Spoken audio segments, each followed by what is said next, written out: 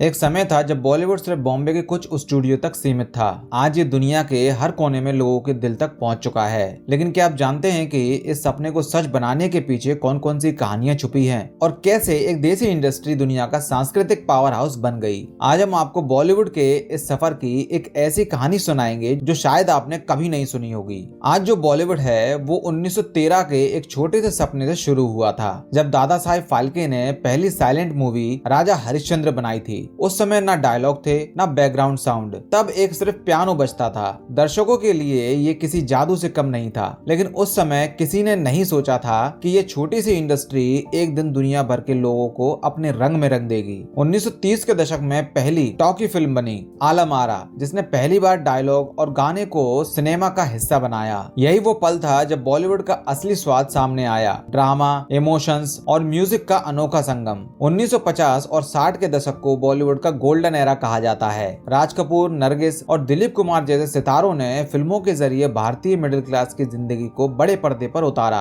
ये सिर्फ एंटरटेनमेंट का सफर नहीं था, बल्कि समाज का आईना भी था। मदर इंडिया जैसी फिल्मों ने दुनिया भर में भारत की संस्कृति को पहचान दिलाई। यहीं से बॉलीवुड ने अपना यूनिक स्टाइल डेवलप किया, मेलोड्रामा, म्यूजिक और फैमिली वैल्यू का परफेक्ट कॉम्बिनेशन। लेकिन बॉलीवुड का ये सफर सिर्फ भारत तक सीमित नहीं रहा, ये सपना दुनिया के और भी मंच तक जाने वाला था। बॉलीवुड का ग्लोबल सफर। 1970 और 80 के दशक में बॉलीवुड की फिल्में सिर्फ भारतीयों के लिए नहीं, बल्कि उन सब लोगों के लिए थीं जो अपनी जिंदगी में इमोशंस और ड्रामा ढूंढ रहे थे। अमिताभ बच्चन ने एंग्री यंग मैन का जो किरदार निभाया वो पूरी दुनिया के युवाओं के दिलों को छू गया। शाहरुख खान का नाम लें तो दुनिया के किसी भी कोने में उनका एक फैन जरूर मिल जाएगा। दिलवाले दुल्हनिया ले जाएंगे ने एनआरआई कल्चर और भारतीय प्रवासी समुदाय को उनकी जड़ों से जोड़ा। आपको ये जानकर हैरानी होगी कि आज बॉलीवुड की फिल्में 90 से ज्यादा देशों में रिलीज होती हैं और उनकी बड़ी ऑडियंस विदेशियों की होती है जो हिंदी का एक भी शब्द नहीं समझते, लेकिन इमोशंस के जरिए कहानी को महसूस करते हैं। आज बॉलीवुड सिर्फ फिल्में बनाने वाली एक इंडस्ट्री नहीं है, ये दुनिया भर के फैशन, म्यूजिक और यहाँ तक कि हॉलीवुड को भी प्रभावित कर रही है। जय हो गाने ने ऑस्कर तक अपनी पहचान बनाई। प्रियंका चोपड़ा और दीपिका पादुकोण जैसे सितारों ने हॉलीवुड में बड़े प्रोजेक्ट्स किए और बॉलीवुड को एक ग्लोबल मंच पर लाकर खड़ा कर दिया।